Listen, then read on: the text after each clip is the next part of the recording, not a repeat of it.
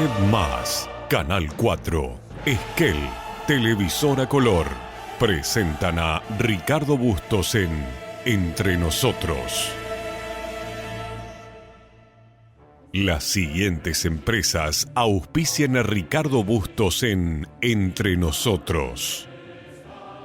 Estudio Contable Bernengo. Confiabilidad y experiencia en asesoramiento laboral e impositivo. Museo Leleque, Patagonia. 13.000 años de historia, en forma ininterrumpida desde mayo del 2000. Celufrán Muebles, todo para su hogar.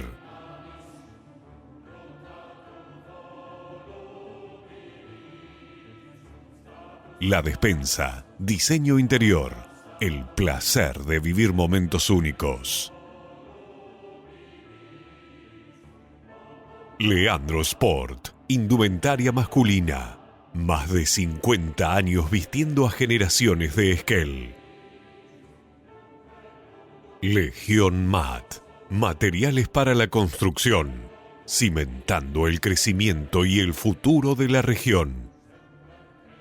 Random, la inversión que te hace sentir en casa.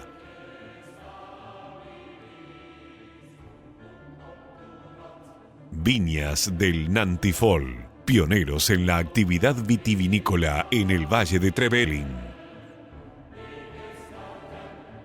Spa Regüe, equilibrio, armonía, bienestar. Cruz del Sur, soluciones logísticas integrales y envíos a todo el país. Visítanos el 9 de julio 1687, Esquel. Muy buenas noches y bienvenidos a esta nueva edición de Entre Nosotros por Canal 4. Primer bloque del programa destinado a la masonería.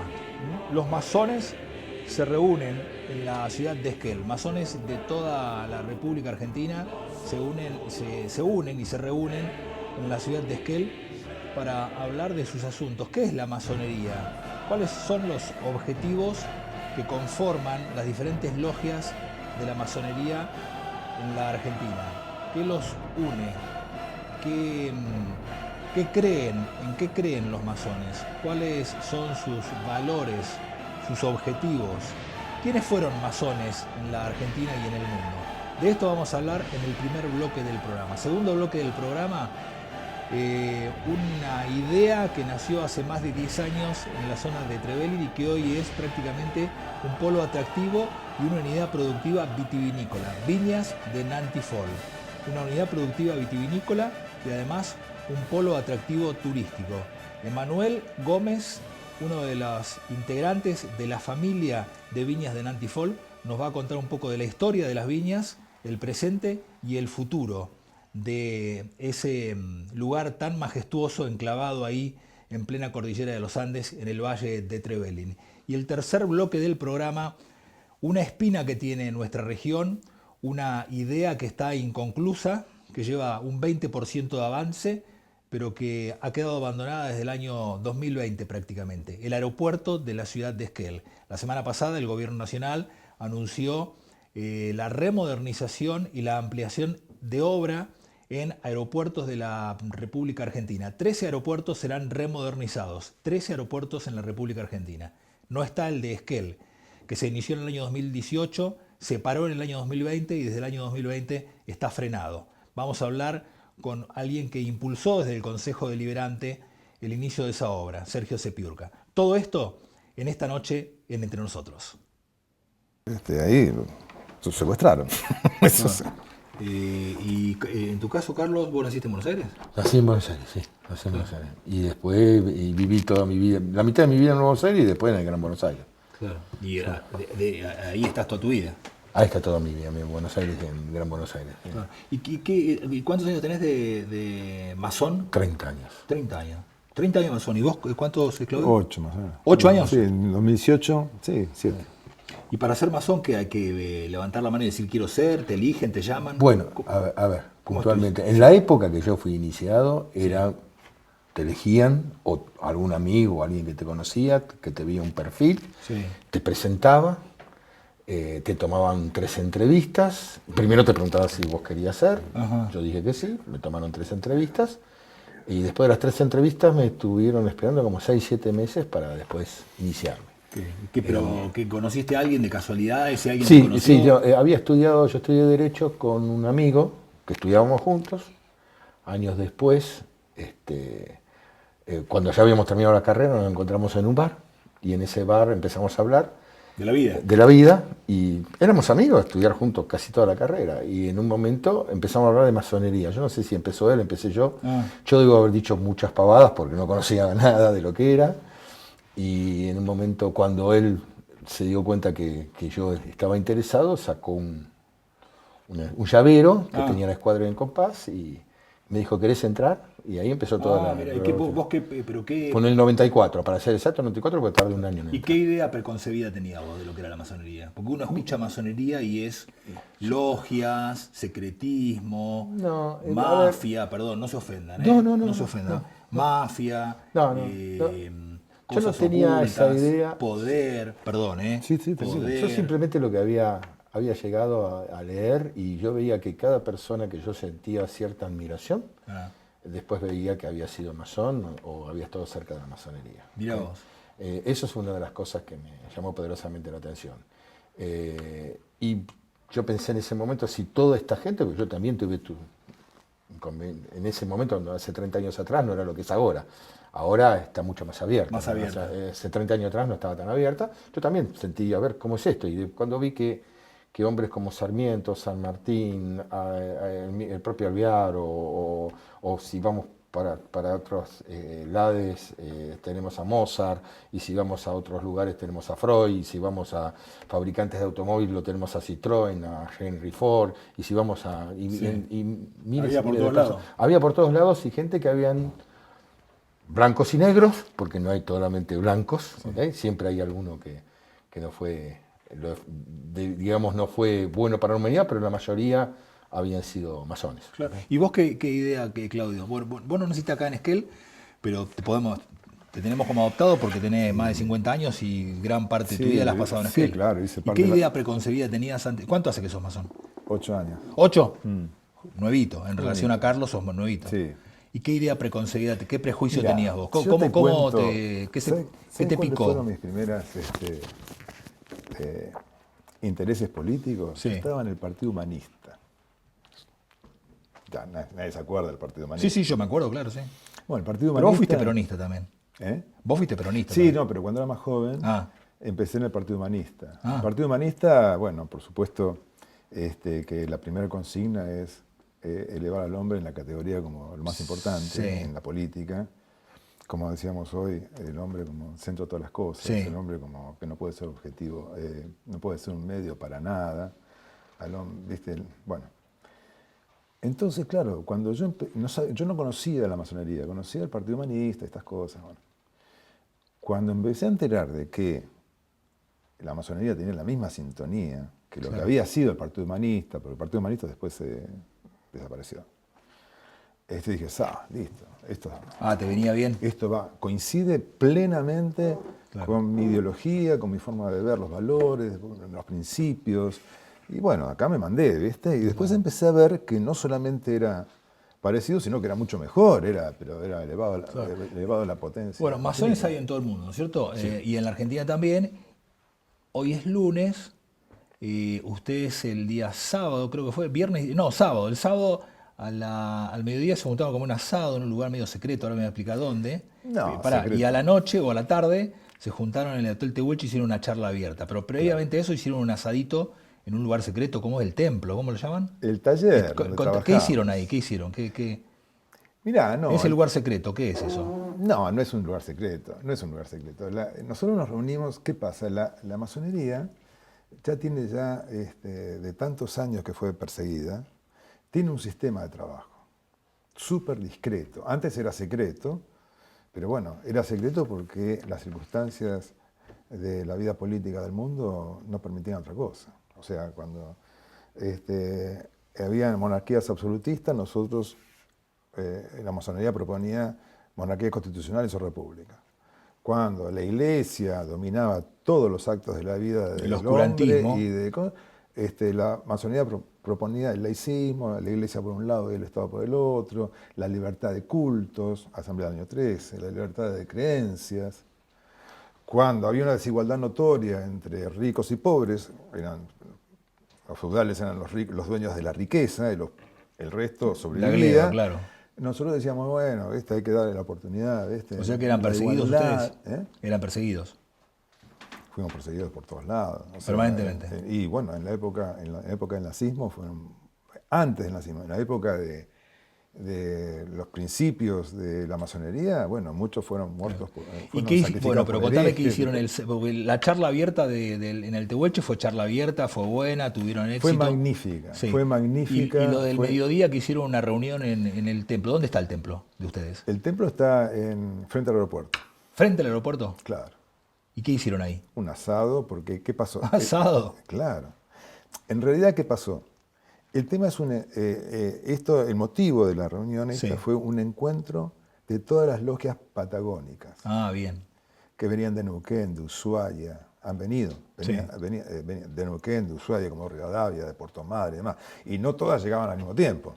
Ah, por eso se reunieron ahí. Y los venerables gran maestros, que son las autoridades de la Gran Logia, venían en avión al mediodía. Claro. Entonces, ¿qué hicimos? Bueno, Los esperamos, los fuimos a buscar, comimos un asadito mientras las delegaciones iban llegando. Está bien. Y el caso de Carlos no es de la Patagonia. Vos sos Sí, yo soy de Buenos Aires. Vos sos de Buenos Aires. Soy de Buenos Aires. O sea que vinieron gente de Buenos Aires también. Sí. ¿Y qué es eso de venerable gran maestro? ¿Vos qué sería? ¿Un venerable gran maestro? ¿Que hay grados dentro de la masonería? La masonería tiene toda una estructura. Sí, piramidal. De tantos años. Es un poco piramidal, sí. Es un poco piramidal. Pero recordad que la masonería empieza a funcionar en el mundo más o menos en el año 1350, por ahí. Son los primeros atisbos. La Edad Media. Claro. Y se consolida como institución en el año 1700. En Europa, fundamentalmente en Inglaterra y en Francia. La estructura dada en aquella época era un poco, era así, no era tan horizontal, es más bien un poco vertical. Y bueno, y la masonería es muy antigua y sigue manejando ciertas... La masonería se basa con una constitución, como la Constitución de la Nación, sí, en donde están los principios, los valores. Tienen estatutos. Tenemos un estatuto, tenemos reglamentos. Hablando de reglamentos, Carlos, vos sos abogado además, los dos son abogados, Sí. estoy en manos de dos abogados. Sí. Bueno, no me mientan, lo único que les pido como abogado. Tienen estatutos, están inscritos ante la IGJ, Por supuesto. tienen obligación de presentar balances. Sí, como cualquier institución. Renovar autoridades. Por supuesto, igual, exactamente igual. O sea, que están sujetos a la mirada de la justicia. Sí, es una de las primeras, la Gran Logia de la Argentina de Libres Estados Masones es una de las primeras instituciones en entrar cuando se creó la Inspección General de Justicia, una de las primeras fue la Gran Logia. Es una asociación civil sin fines de lucro, con todas las disposiciones de la ley. Está bien, la AFA también es sin fines de lucro. Directivos, todo, a la luz. La AFA también es sin fines de lucro. Yo quería decir algo para que se entienda. La masonería nace en la Edad Media, ¿okay? Y masón significa arquitecto. Eran los que construían las catedrales y los castillos para la gente que lo necesitaba y que lo podía pagar. Puntualmente, los francmasones, digamos que no los tocaba a nadie, porque si vos combatías a uno de los que te tenía que construir tu iglesia o te tenía que construir tu castillo, tenías un problema porque después no conseguía nadie que te construya. Eso hace que tengan en la Edad Media mucho prestigio. Y eso hace también que no pagaban impuestos e iban de un reino al otro construyendo o castillos o iglesias. ¿Okay? Las iglesias y los castillos no se construían en 20 días.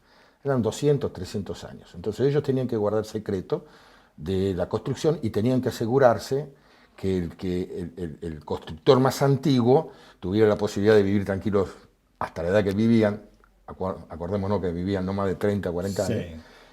Y ellos formaron en ese momento lo que se llamaba logias, que eran los más antiguos, cuidaban los secretos y lo iban pasando a medida que iban creciendo en su actividad y picaban la piedra y van colocando uno arriba del otro. El primer masón que yo conocí, no conozco muchos, el primero que conocí, y ustedes dos son los otros dos que conozco, pero el primero lo conocí cuando yo tendría 20 años, 21 años. Hilarión Sabín se llamaba. Vivía ahí en el partido de Esteban Echeverría, cerca de Saiza. Y un ingeniero era, un tipo brillante, un hombre grande ya. Era padre de una amiga mía que me empezó a hablar de la masonería y me dice, yo soy masón. Le digo, a ver, hablame de la... Me decía que, bueno, claro, uno de los grandes símbolos que tenían ellos, o tienen ellos, es la escuadra y el compás, que habla de la rectitud y que tenía que ver con la construcción. Y después hablaba del gran arquitecto. Para ustedes, el gran arquitecto, ¿quién es? ¿El creador de todo lo existente? En realidad es lo que vos entiendas que tiene que ser según lo que vos pienses. Por ejemplo, si yo soy católico, el gran arquitecto del universo sería Dios. O sea, ¿ustedes aceptan católicos? Nosotros aceptamos absolutamente todas las religiones, no es un problema, seas católico, protestante, musulmán, no es un tópico. O sea, ¿creen en la libertad? Creemos en la libertad, la igualdad y la fraternidad. Esas son ¿No creen en los totalitarismos? Al contrario. Las teocracias, o sea, los gobiernos teocráticos. Menos. Los gobiernos teocráticos. Menos. ¿Y los gobiernos absolutistas? Menos. Fuimos los que combatimos en su momento los gobiernos absolutistas, o sea, San Martín, Alvear. Lucharon por la independencia. Claro, pero también lucharon en contra de la ¿Qué posicionamiento tendrían hoy con una dictadura? No.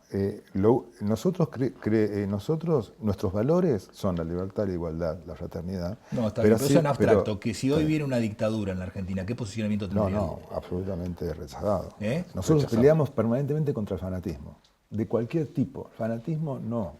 Nosotros pensamos en el espíritu crítico, la razón como el medio para encontrar la verdad de las cosas. No el autoritarismo, el fanatismo y demás son nuestros grandes enemigos. ¿Cómo se llevarían con una dictadura tipo la de la Alemania nazi? Puntualmente en los campos de concentración, si eras judío y si eras masón, la pasaba peor que si eras judío solo. Con eso te digo todo. ¿Ok? Y se clasificaban a los masones, se le ponía un distintivo que los diferenciaba de los otros que estaban siendo. O sea, nosotros tuvimos muchos hermanos ¿perseguidos? Que perdieron la vida. Perdieron la vida ahí en los campos de concentración. ¿Okay? En la época franquista también. Franco, ni hablemos. ¿Hay masones acá en Esquel? Sí. ¿Ah, sí? Sí. Me lo decía así como diciendo, tan reservados, tan guardados. El tema es, en nosotros secreto? tenemos la obligación, claro, de no revelar en vida quiénes son masones, a no ser que el propio hermano... ¿Y vos por qué das la cara entonces? Porque yo lo puedo decir, yo no puedo decir que otro es masón. Porque si no, ¿entendés? Yo no le puedo decir, no, fulanito es masón. Si él no me lo permite, ¿no? Por supuesto. Ah, está. Yo puedo decir, soy masón. Vos tenés un convenio con tus, ¿cómo se llaman, hermanos ustedes? Hermanos. Es una fraternidad, por eso somos hermanos. Es una fraternidad. Sí. El convenio tuyo es decir, yo puedo dar la cara si yo quiero. Yo quiero, claro. Pero no podés decir quiénes son el resto de los masones. Claro. Había masones antes en Esquel, por eso hoy me contaste fuera de cámara, claro. Me dijiste que había un masón en Esquel que se llamaba Jacobsen. Claro. ¿Jacobsen fue masón? Sí. Mirá, bueno, me quedaría hablando horas con ustedes. Mira, pero y te tengo digo el más. próximo invitado, sí. Te digo más. Una anécdota. Vos fíjate, Esquel es una ciudad masónica, ¿sabes por qué? No. José María de Alvear, la avenida Alvear, Sí. era masón, construyó José María Alvear fue masón, Caballeros sí. Racionales, una logia, y junto con San Martín construyó la logia del Lautar. Jorge Luis Fontana era masón de la logia Docencia. Coronel Fontana, sí. ¿Masón? Claro, Florentino Maguino era masón de la logia 3 de no me acuerdo qué, ahora, pero era masón. Hipólito Yrigoyen era masón junto con No sabía. Fontana de la logia Docencia. Docente, la logia que crea. Docente, la logia docente, no que es la docente. que lucha con la imposición de la ley 1420. Claro. Ley que fue redactada, digamos, entre todos los masones. Hipólito Yrigoyen también estuvo dentro de esa misma logia. O sea, la ciudad, digamos, su tejido urbano está enclavado entre 4 avenidas de 4 personas masones. Bueno, me quedaría con ustedes un rato largo charlando sobre este tema tan interesante, que aparte, digamos, está teñido de mucho misterio, de mucho secretismo. Debo decir que no son secretos, sino discretos. Si fuésemos secretos no estaríamos acá. No, obviamente. Pero en un momento determinado tuvieron mucho de eso, ¿no? Sí, por supuesto. Por estas razones que te decía, ¿viste? Éramos absolutamente perseguidos porque la Amazonía se hizo grande en la época de la Ilustración. Y era la pelea contra el antiguo régimen, la pelea contra las monarquías absolutistas. Por eso San Martín, Bolívar, O'Higgins, que eran todos masones, pelearon contra las monarquías absolutistas. ¿Se pusieron de acuerdo, decís vos? Bueno, obviamente que desde el punto de vista de la mirada histórica, San Martín y Bolívar estaban de acuerdo en dar la batalla para liberar América, o por lo menos parte de América, del continente americano. Pero había un hilo conductor con la masonería. Francisco Miranda. Francisco de Miranda, y todos se reúnen en Londres, y todos salen de Londres casi en los mismos barcos, y todos tenían una misión especial, y todo había sido pensado. No se hace una revolución si no se piensa antes, y menos se libera América si no se piensa mucho, ¿no? Y la reunión de Guayaquil fue una tenida entre Bolívar y... ¿Una tenida? ¿Qué es una tenida? La tenida son las reuniones de trabajo masónicas que son secretas. ¿Por qué? Porque cuando termina la tenida, cada uno de los integrantes juran no revelar lo que pasó dentro de esa reunión. Y tanto San Martín como Bolívar se lo llevaban a la tumba, lo que... Vos fijate lo que era el compromiso masón que tenían. Y nunca revelaron lo que pasó allá. Son machistas. ¿Quién va a ver? Machista. Viste que ahora está de moda el tema del machirulo. Te lo pongo en términos más concretos. ¿En la masonería puede haber mujeres? Hay. Hay logias femeninas en Argentina. Hay Oriente. ¿E interactúan con hombres? Totalmente. Compartimos a veces. No interactuamos en este momento, lo que no hacemos es tenidas conjuntas. Pero sí, en el mismo lugar, entran ellas y hacen sus ceremonias y después lo hacemos. Bueno, Carlos y Claudio, muchas gracias. No, al contrario, muchas gracias por invitarnos. Bueno, muy interesante. Podríamos seguir charlando un rato más, pero tengo los próximos invitados. Vamos a un corte, volvemos.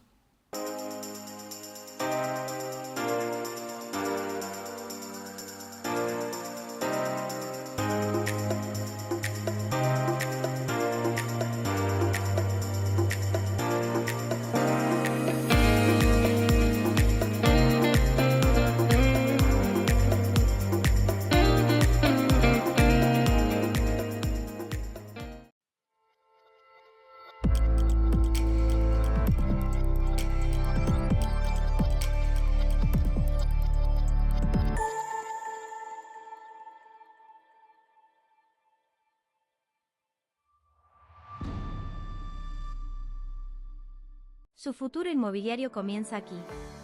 Somos Nelson Muse Propiedades, una empresa familiar de Esquel, en el corazón de la Patagonia. Nos destacamos por la seriedad, profesionalismo y discreción en cada operación, ofreciendo asesoramiento confiable en venta y administración de inmuebles. En Nelson Muse Propiedades, cuidamos cada detalle para que cada decisión inmobiliaria sea un paso seguro. Spa Regbue equilibra tu cuerpo y armoniza tu interior.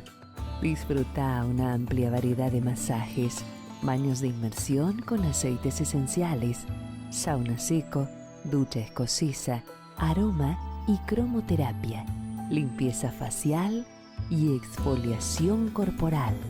Piscina cubierta climatizada. Spa Regbue, un refugio de calma para reconectar con tu energía y encontrar serenidad. Spa Regbue, equilibrio, armonía, bienestar. Elegí tu destino y Gales al Sur te lleva. Paquetes turísticos a Estados Unidos, Brasil, el Caribe, Europa, Salta, cataratas, destinos exóticos.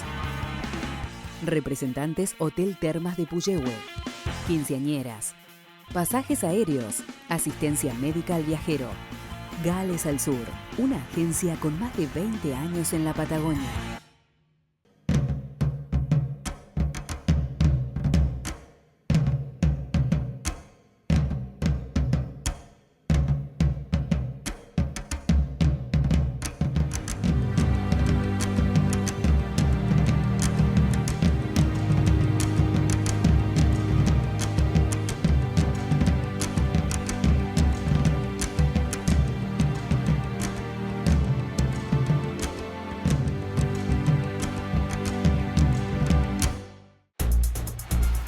Cuando confías te animás a cualquier desafío. Por eso Manu va a ser judo y la Peque va a jugar al básquet.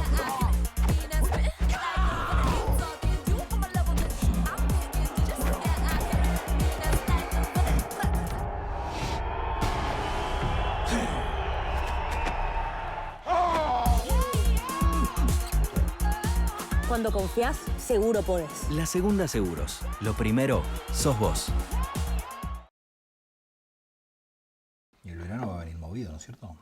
Yo calculo que vamos a tener un verano con una afluencia de gente constante. No sé si vamos a tener grandes picos. ¿No? No, me parece que va a ser una cuestión muy constante. El turismo hoy por hoy se está moviendo diferente a lo que era 10 años atrás, 15 años atrás. Vos sos de Mar del Plata, al igual que yo, esa Mar del Plata que explotaba enero y febrero, ahora se hizo larga. Y creo que eso se está dando en todas las regiones del país, donde el turista se mueve en función del clima, en función de que le conviene. Hay mucha información hoy en los celulares. Y decide más sobre la marcha, ¿no? Decide andando. Claro. Hoy decide andando. Y Viñas de Nantifol tiene, podemos decir que tiene por lo menos 2 grandes aristas o 2 grandes pilares, o un tercero que se me escapa. Uno es estrictamente lo productivo de vinos y otro es lo turístico. ¿Y alguna otra cosa que se me escapa o está ahí? No, creo que las dos cosas son las más fuertes, tanto lo productivo como lo turístico. Y después ese es el brindar servicios. Viñas es un emprendimiento donde la familia está muy marcada y lo marca en todo lo que hace. Y creo que a veces brindamos más servicios de los que promocionamos. No solamente es el alojamiento, el camping, sino es vivir una experiencia dentro de Nantifol que a veces se escapa a lo turístico, porque hay gente que termina almorzando y cenando con nosotros y después son amigos de la vida. Terminan haciéndose amigos de Nantifol. Amigos del producto. Exactamente. Claro, exactamente. Como experiencia misma, ¿no? Tal cual. Encuentran una familia. Claro. En la cual pueden interactuar, disfrutar y conocerla a fondo. Es decir, la parte turística es o la experiencia turística o el producto desde el punto de vista de lo turístico es un costado de Viñas que funciona prácticamente todo el año, por supuesto con picos. Exacto. En época de tulipanes, que acompaña al proceso de tulipanes, al fenómeno de tulipanes, sea meseta después y baja. En el verano es muy importante. Exacto. También con nieve. Sí, tenemos... Pero funciona todo el año. Funciona todo el año, sí. Nantifol hoy por hoy no descansa en lo que es la parte turística. No descansa. No descansa. Con picos, pero no descansa. Con picos, pero no descansa. Como bien mencionaste, tenemos 3 fuertes. Octubre, que es innegable el movimiento turístico que generan esos 20-25 días con tulipanes. Después estamos saltando a enero, febrero y marzo. Con un movimiento fluido. Y largo, más largo. Es más largo. O sea, tulipanes es un efecto explosivo. Es mucho en muy poco tiempo. ¿En menos de 30 días? En menos. Son 20 días. No creo que supere los 20 días reales. Después hay un declive grande que es consecuencia de haber estado allá arriba. De golpe pasás a lo normal y te parece muy poco eso normal.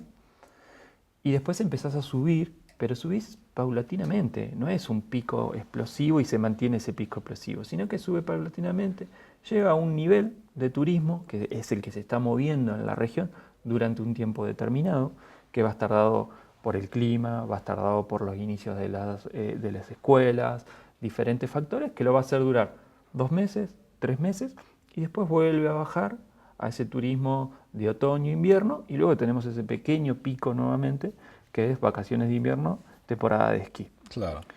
Así se está moviendo el turismo. Después todo eso atravesado por los vaivenes económicos, alguna externalidad económica.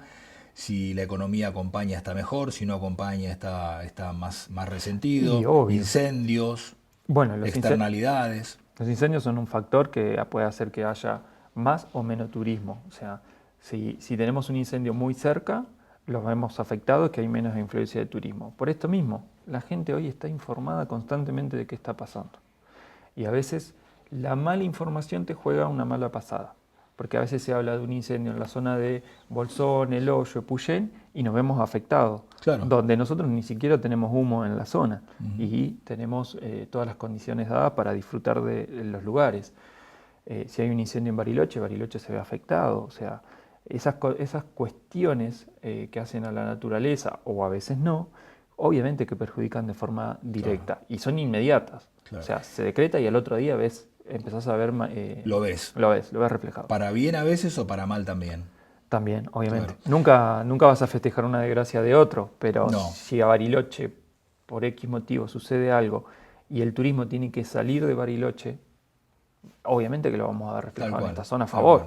Tal cual. El producto como tal, o sí, el producto mirándolo en su conjunto, Viñas de Nantifol, además tiene la particularidad de que está enclavado en un polo vitivinícola y en un polo turístico, porque Tulipanes forma parte de ese polo. Trevelin Esquel como región, Parque Nacional Sí. Los Alerces, o sea, Tulipanes es algo muy puntual, pero Todo Trevelin se ve muy favorecido, la parte vitivinícola hablando, por la parte turística, por el lugar, por lo que es Trevelin, por la belleza del lugar, por la historia que tiene, tanto los galeses como la parte turística, que Trevelin es turístico hace 20 años, cada vez se va intensificando más, pero hace 20 años que se Sí. habla de un Trevelin turístico.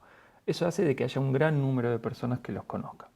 Entonces, a la hora de hablar como región vitivinícola creciente, Trevelin se posiciona con un pie más adelante que el resto, porque tiene más influencia de gente que lo viene a ver. Claro. Es como Puerto Madryn. Puerto Madryn, al tener más afluencia de gente, el boca en boca es Funciona mucho más rápido Funciona más. que el boca en boca de, vamos a ponerlo, Waljaina Paso del Sapo. Claro. Y enclavado en un corredor que termina en Chile, o que arranca en Chile, como lo quieras Como lo ver. quieras ver. Claro, como lo quieras ver, con esa ventaja y también con la desgracia, porque no se puede dejar de reconocerla, la desgracia, a la vera de una ruta que debiera ser un ida y vuelta incesante de tránsito, que hoy por hoy, con esa ruta prometida en el año 2008 de ser asfaltada, Sí. todavía está esperando, ¿no? Sí, todavía está esperando. Creo que Hay dos cosas que esperan: la ruta 259, su pavimentación, y el aeropuerto de la ciudad, que es el tema que voy a tocar en el próximo bloque del programa. sí, o sea, todo lo que sean obras de comunicación, de conectividad, todo eso que si se ejecutan, obviamente lo vamos a ver reflejado a favor. No solo de lo turístico, sino de lo productivo. La ruta 259 no solamente es una ruta turística, sino que es una ruta productiva. Si vemos el Valle de Trevelin, los servicios turísticos que se están brindando sobre esa ruta y la cantidad de chacras productivas que hay, viñedos, cerveza, el asfalto, daría muchísimas mejores condiciones Sí, para claro. trabajar. O sea, a nosotros cuando nos toca mover el vino, obviamente que tenemos que contemplar Todos en los el costos, estado de la ruta. los costos asociados. Sí, o si la ruta está en condiciones o no, porque sí. si tengo que salir el 30 de julio con una ruta puro pozos, y no voy a ir a mover botellas de vino, Claro. ni voy a mover una máquina por la ruta. Claro. Esperaré. Claro, vamos al renglón estrictamente vitivinícola, que es con el que ustedes desembarcaron con la inversión. Inicialmente, cuando compraron eso, que no sé cuántas hectáreas son. Son casi 4 hectáreas la chacra, Sí, y nosotros desembarcamos más que nada con la idea de hacer un cambio de vida. Sí. No vinimos con la idea de lo que es hoy Nantifol. sí, pero querían hacer un cambio de vida. Un cambio- Pero es Hicimos mucho- un cambio de vida sí, drástico. Pero es mucho más intenso, ¿no? Sí, es mucho más intenso. Ustedes en 4 hectáreas, ¿cuántas botellas hoy producen? Hoy estamos en las 10.000 botellas ¿De cuántas uvas? de 4 variedades, Pinot Noir como única variedad tinta, después Gewürztraminer, Riesling y Chardonnay como variedades blancas. El proyecto final tiene que llegar prácticamente a las 18.000, 20.000 botellas O al sea, que año. están en la mitad todavía. Estamos en la mitad. Hay grandes cambios que hemos hecho estos últimos años dentro de Nantifol desde el punto de vista productivo, hablando netamente. Eso hace de que la producción haya ido en ascenso, después bajó y ahora está volviendo a subir esa producción. De hecho, estamos en una transición de ese cambio que estamos empezando a ver los nuevos resultados. Al ser el primer viñedo que se plantó en Trevelin, es como que somos un viñedo de escuela permanente. Vamos viendo situaciones que son favorables y también vamos viendo situaciones que creemos que hay que mejorar ¿Y o ese cambiar. ¿Por qué hablas de viñedo de escuela? ¿Transfieren el conocimiento? Sí, transferimos el conocimiento todo el tiempo. ¿Sí? Sí, ¿Lo comparten? sí. De hecho, hace 10 días estuvieron 4 personas de Chile Chico, ¿sí? Del otro lado de los antiguos, de Chile, que vinieron directamente a hablar conmigo una tarde completa porque tienen problemas allá con diferentes factores dentro de lo que es la producción vitivinícola y queríamos ver cómo nosotros las resolvíamos entre ¿Para qué uvas? Las mismas. Las mismas tipos de uvas. Los mismos tipos de uvas, exactamente. Claro. Y ahí le volcamos toda la información desde Nantifol como para poder ayudarlos a que puedan salir adelante. Emanuel, ¿vos qué edad tenés? 37. 37. ¿Y tu formación vitivinícola es de cuántos años? Yo ya, fue 1 año y medio porque vengo con una carrera anterior. Yo en Mar del Plata me recibí de técnico superior en acuicultura y procesamiento pesquero. Sí. Nada que ver a lo que me dedico hoy por hoy, pero del mar a la cordillera y después al mundo del vino. Pero esas fueron las grandes bases para mi formación. Y hoy soy técnico en enología, recibido en la Universidad UMASA de Mendoza. Ajá. El conocimiento, decís, ustedes hacen transferencia de conocimiento. Sí. O sea, brindan conocimiento y reciben conocimiento. Por supuesto, con esta gente de Chile ellos van a probar 3 sistemas para el control de pájaros en la zona de ellos y quedamos ya en contacto de que una vez que tengan una conclusión nos la van a brindar a nosotros para poder evaluarla y aplicarla a nuestra zona. ¿Piensan de duplicar la producción en la misma cantidad de superficie cultivable o necesitan más superficie? ¿Tienen que comprar más superficie? Con lo que está plantado deberíamos llegar a los 16.000. ¿Con lo que actualmente tienen plantado? Con lo que actualmente tenemos plantado. Hoy por hoy estamos al 50-60% de producción. La planta es un ser vivo, entonces con este cambio de poda hay plantas que dejaron de ser productivas para volver a ser productivas. ¿Dentro de cuánto? 1 año, 2 años, 3. El clima también juega en esa circunstancia. Venimos de un invierno seco, prácticamente. Es muy similar al invierno del 2017. Este año para nosotros es bueno, pero el invierno que tuvimos el año pasado fue negativo para nosotros. Entonces las plantas lo sienten y te lo hacen saber. Es un ciclo. ¿Cuándo te lo va a hacer saber? La restricción me lo hizo saber el año pasado. ¿La restricción hídrica les juega a favor o en contra? Hay momentos que nos juega a favor y hay momentos que nos juega en contra. Claro. Hay que adaptarse. Sí. Pero siempre van a ser uvas de este tipo, ¿no? Siempre van a ser uvas blancas, ¿no? Uvas blancas y el Pinot Noir como variedad tinta. Hoy por hoy... por estas alturas, ¿no? Básicamente por la altura, ¿no? Por las condiciones climáticas que tenemos. Pero hoy por hoy ya se puede empezar a hablar de querer empezar a ensayar algunas variedades más. Casa Yagüe tiene Cabernet Franc, que es otra variedad tinta. Y en no muchos años ya nos vamos a empezar a animar a probar Merlot, otras variedades seguramente también. ¿Sí? Sí. ¿Qué es cuestión de aprendizaje? Cuestión de aprendizaje, cuestión de que el clima está cambiando. Es una realidad. Sí. Venimos de un noviembre cálido. Sí. ¿Eso te da posibilidades de hacer otra cosa? Te da ventanas para hacer otras cosas. ¿Estas plantas qué vida pueden llegar a tener? ¿Qué extensión de vida? Productivamente, años? Sí, entre 90 y 110 años. Eso es de libro, digamos, es lo estándar. Sí. Después, en cada zona van a tener su vida productiva. O sea, si ellas sufren mucho, obviamente es como una persona. Sí. Si vos tenés una persona sufrida, vive menos. ¿Una helada? No una helada, pero por ejemplo puede llegar a ser ¿alguna enfermedad? Alguna enfermedad virósica. Los hongos las enfermedades fúngicas son más fáciles de tratar, las virósicas son más complicadas, pero también estamos en una zona que no tiene tanto superficie plantada, o sea, no somos Mendoza, donde una enfermedad se dispersa muy rápidamente. Acá no. Acá no, acá se puede quedar aislada y la podés llegar a decir, bueno, ¿qué es lo peor que me puede pasar? Sacrifico el cuadro, levanto las plantas, las quemo y vuelvo a arrancar. Sí. Esa es una medida que es drástica, pero vos salvás una región. Al ser una superficie pequeña, decís, tengo 1/4 de hectárea que empezó a manifestar ciertas cosas. Bueno, sacrifico las plantas que manifiestan esas cosas. Claro. A ver si corto esa enfermedad. El problema de la enfermedad. El problema de la enfermedad. Eso sería un caso extremo. Sí. Vamos nuevamente a la botella, al final del proceso. Ustedes están pensando que en algunos años más, no muchos más, van a estar en 20.000 botellas. Esa producción de 20.000 botellas, claro, depende de la medida de la unidad del negocio, de la dimensión de la unidad del negocio. Pero 20.000 botellas no son muchas. ¿Cuál es la expectativa de ustedes? ¿Hoy dónde están colocando las 10.000 que producen hoy? Como bien vos decís, no es mucho en el mundo del vino. No, claro. Pero para es ustedes, mucho para Trevelli por supuesto. Y para nosotros. ¿En qué sentido?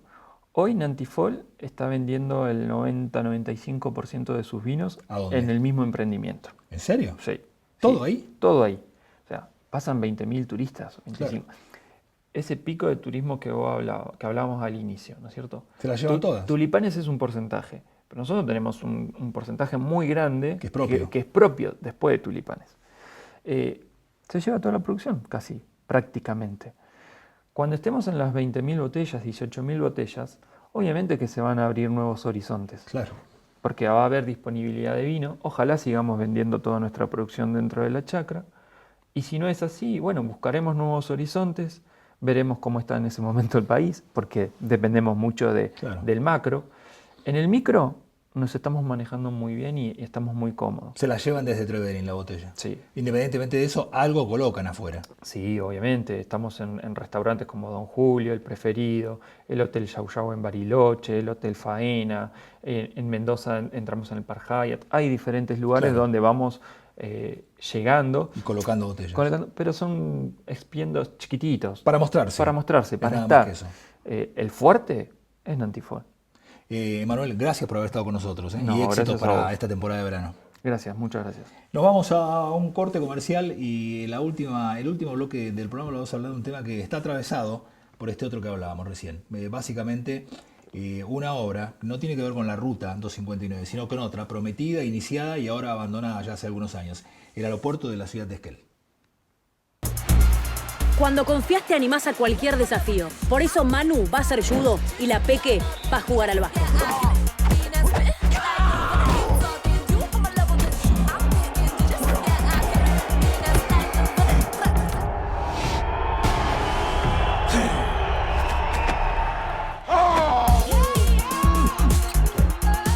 Cuando confías, seguro podés. La Segunda Seguros. Lo primero, sos vos.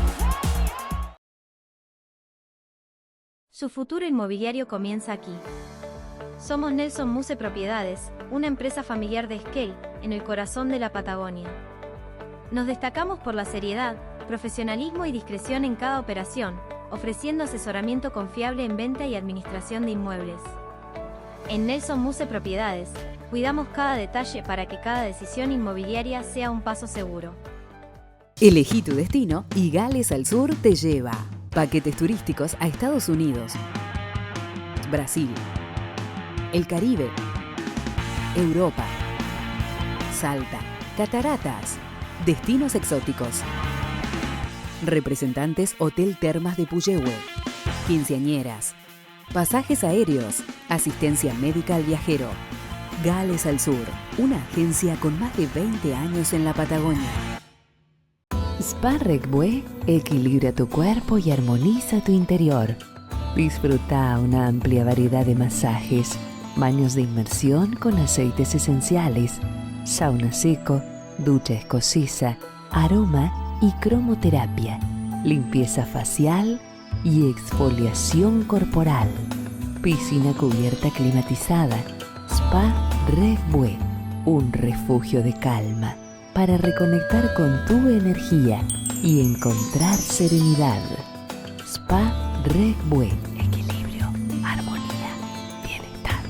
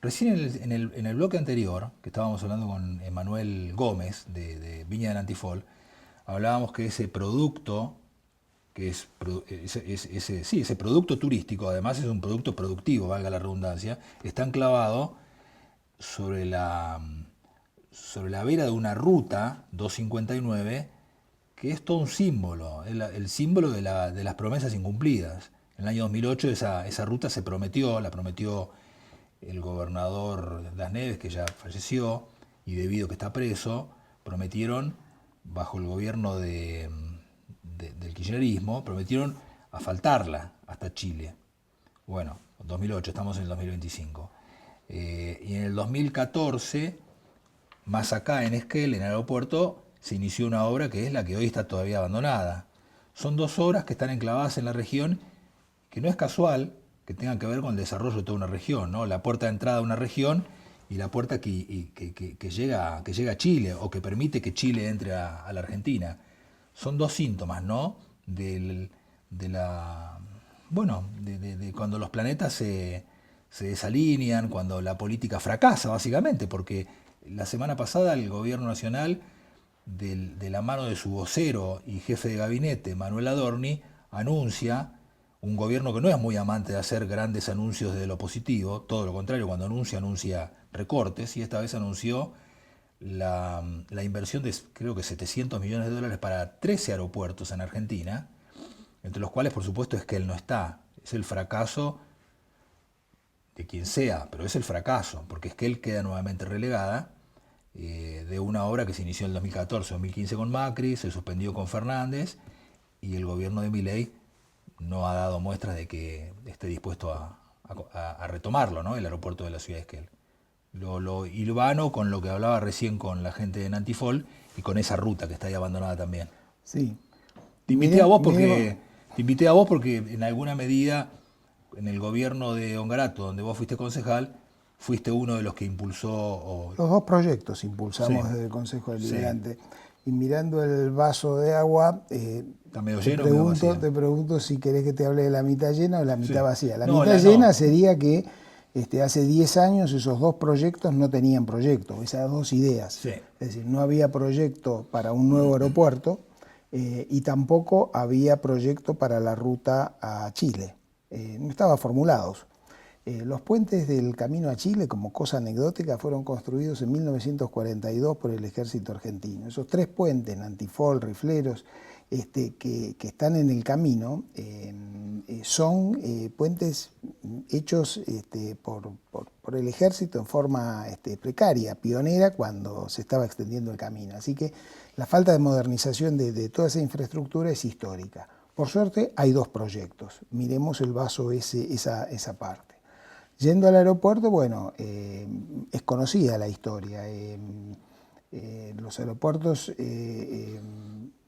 están concesionados desde hace casi 30 años, en 1998, y la empresa concesionaria, en este caso, bueno, ha invertido en los lugares donde había más pasajeros, buscando el retorno más rápido, y siempre fue difícil que invirtieran acá.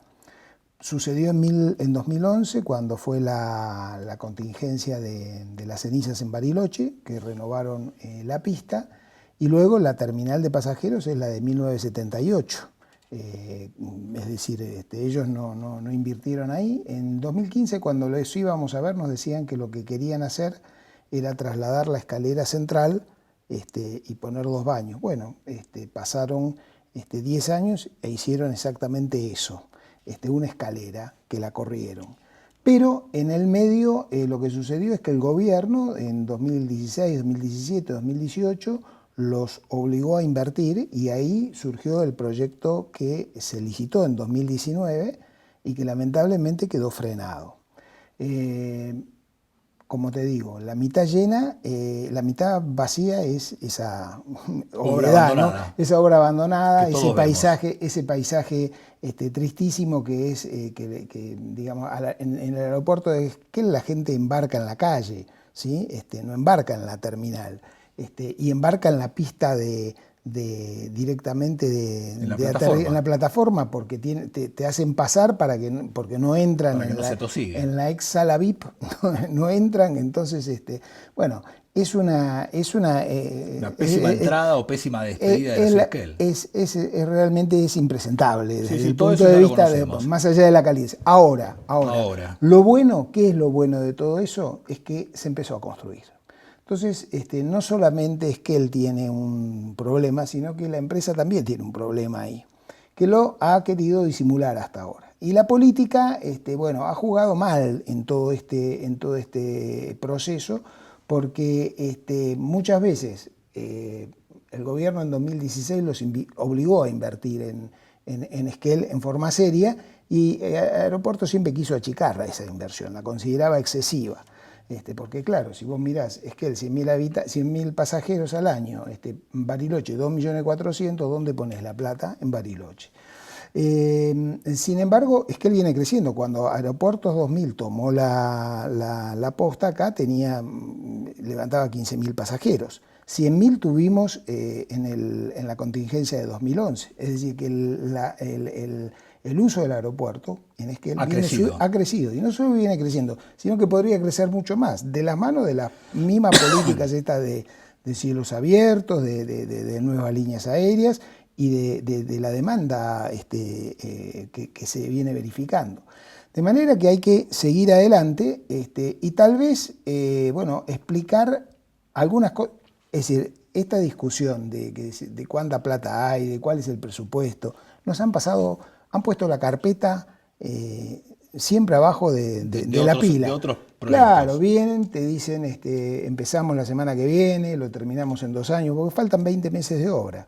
Entonces, y se van y va a alguna otra provincia, sucede algo en la política, te la pasan de vuelta, va alguien y les dice algún funcionario en el pasado, lo vamos a hacer con algo un poquito más chico, y por ahí alguno entra.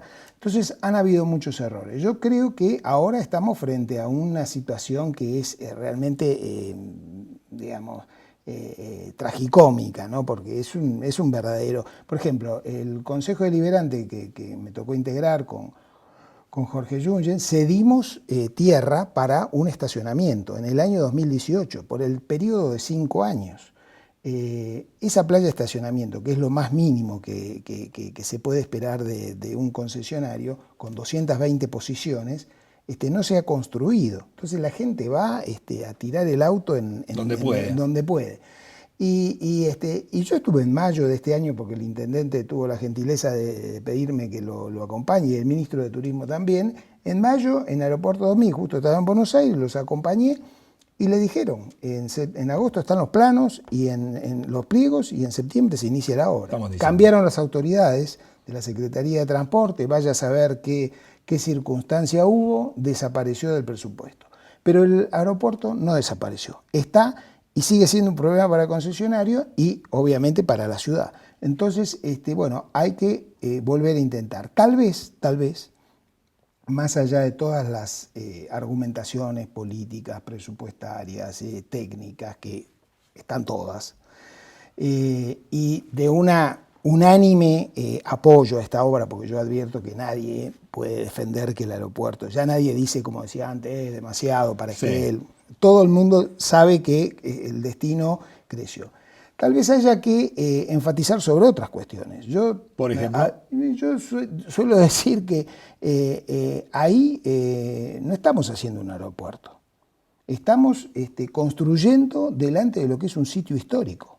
Es decir, ahí nos olvidamos algunas cosas que tal vez, si los concesionarios y las autoridades lo supieran, porque no están obligados a saberlo, lo valorarían de otra manera. Ese es el sitio donde hace 150 años, relataba el viajero Musters, se congregaban los grupos tehuelches y araucanos y convivían en forma pacífica, y jugaban y cazaban y permanecían, era el paradero Esquel. Ese es el sitio donde hace 146 años, en una Navidad, el perito Moreno tomó las primeras mediciones astronómicas y dijo, una visión anticipatoria, más allá del paradero donde hoy se extiende, más allá de Abra Fértil, donde se extiende hoy el paradero del indio nómade, se levantará algún día una gran ciudad argentina. Y Esquel es eso, es ese anticipo, es esa visión anticipatoria. Pasaron apenas unos años, 1933, no había llegado el ferrocarril, y Rufino Luro Cambaceres es el primer piloto que llegó aquí a esta zona, que era el gran amigo de Antoine de Saint-Exupéry, ¿sí?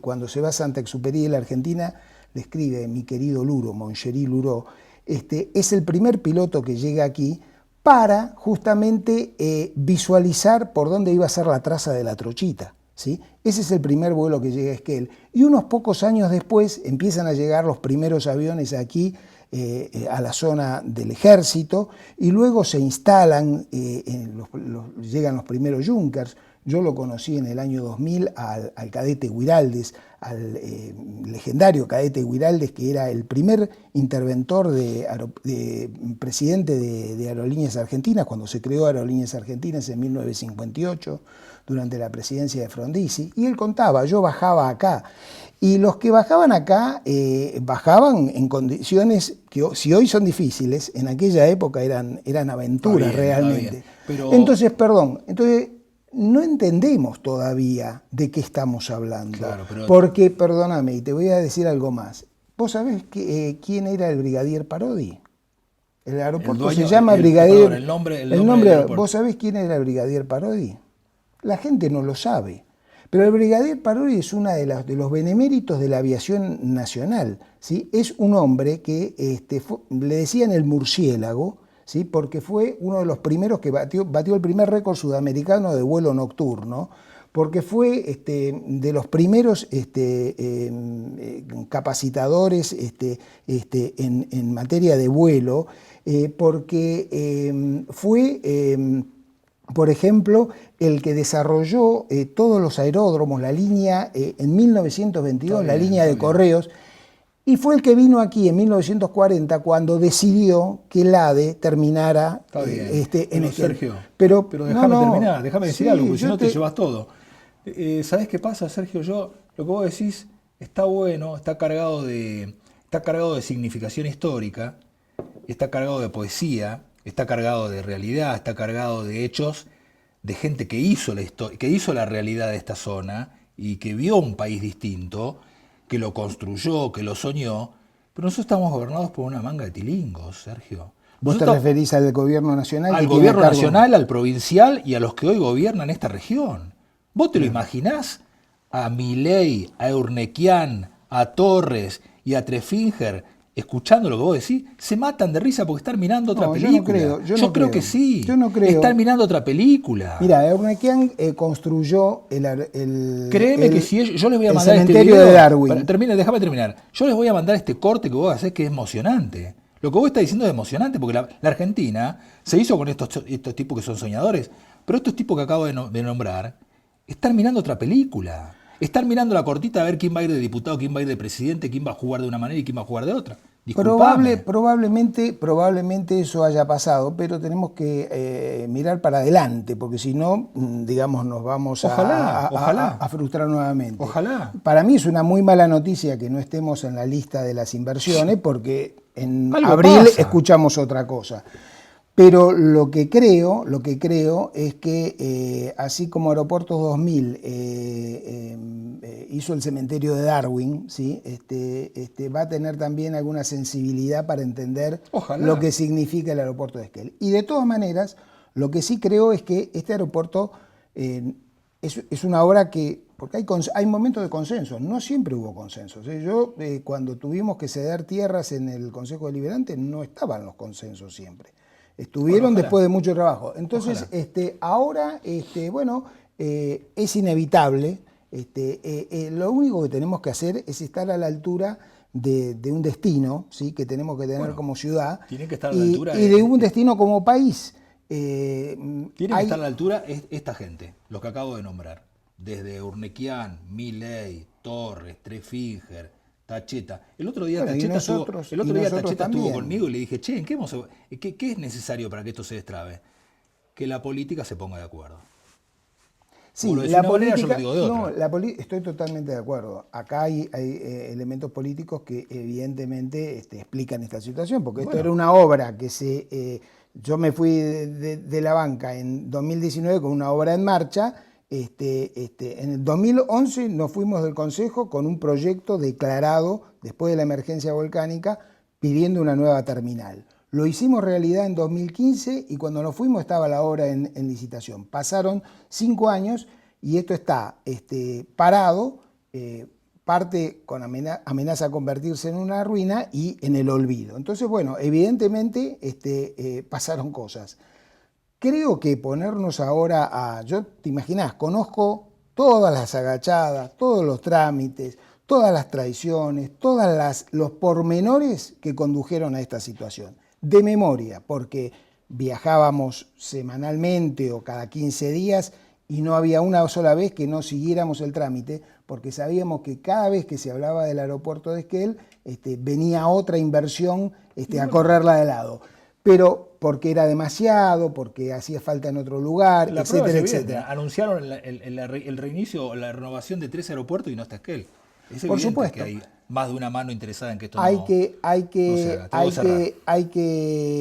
que rescatar que no estamos construyendo una obra, sino que estamos cumpliendo con con un mandato histórico, que es darle a ese lugar la calidez, el sentido del toldo de Tehuelche, el sentido del encuentro de culturas, el sentido del paso por la Patagonia que tuvieron estos grandes que nos dejaron marcado el camino para que simplemente tengamos el buen tino de finalizarlo. No tenemos que ser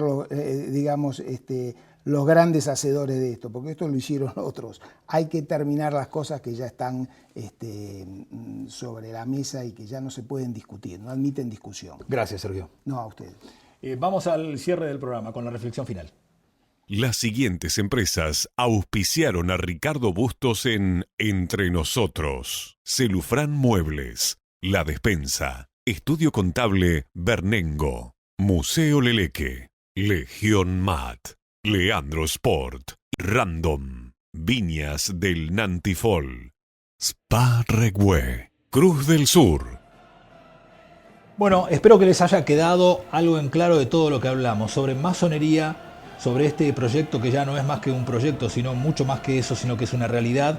El objetivo de Viñas del Nantifol de ir a prácticamente el doble de la producción en botellas, de esas 4 uvas que está produciendo en Viñas del Nantifol, y por supuesto esta espina que tenemos clavada en la entrada de la ciudad de Esquel, que es el aeropuerto de la ciudad de Esquel, que ha quedado inconcluso y que toda una región lo reclama, y que por supuesto es el fruto del fracaso de la política nacional, provincial y regional. Nos vamos a reencontrar la próxima semana. Será hasta entonces.